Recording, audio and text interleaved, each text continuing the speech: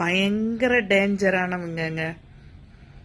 அப்படியே நம்மளை பார்த்தா ஈன்னு சிரிச்சு நம்மக்கிட்ட என்ன இருக்கோ அதை வாங்கணும்னு நினைக்கிறவங்க. நம்ம ஒன்று சொன்னால் நம்ம சொல்கிறதுக்கு முன்னாடியே அவங்களுக்கு அந்த விஷயம் தெரிஞ்ச மாதிரி பேசுகிறவங்க.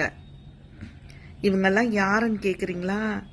அவங்களாம் ஜெலஸ் பீப்புள், நம்மளை பார்த்து போராமப்படுறவங்க. எப்போ பார்த்தாலும் ஒரு கத்தியை ஒன்று அப்படி கையில் வச்சுக்கிட்டு எப்படா இவங்க முதுகில் குத்தலான்னு நம்ம கூடவே சுற்றுவாங்க. அந்த மாதிரி பீப்புள் எல்லாம் நீங்கள் அவாய்ட் பண்ணிக்கிறது நல்லது.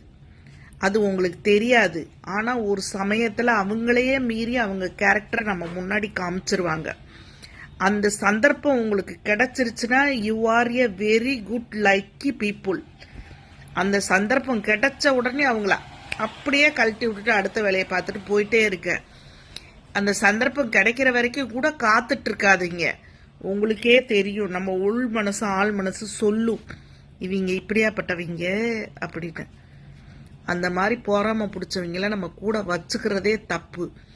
அது சொந்தமாக இருந்தாலும் சரி, ஃப்ரெண்ட்ஸாக இருந்தாலும் சரி, நம்ம தாய் தகப்பனாராக இருந்தாலும் சரி, நம்ம பெத்த புள்ள குட்டிகளாக இருந்தாலும் சரி, யாராக இருந்தாலும் அவங்கக்கிட்ட இருந்து விலகி நில்லுங்க. இப்போ இருக்க காலத்தில் தாய் தகப்பனார் கூட பொறாமப்பட ஆரம்பிச்சிட்டாங்க. நம்ம பார்த்து சோறூட்டி வளர்த்த நம்ம பிள்ளைகளே நம்ம மேலே பொறாமப்பட ஆரம்பிச்சிருச்சு. அந்த மாதிரி அந்த மக்களை பீப்புளை விட்டுட்டு நீங்கள் தனியாக வாழ பழகிக்கோங்க ஃப்ரெண்ட்ஸ்.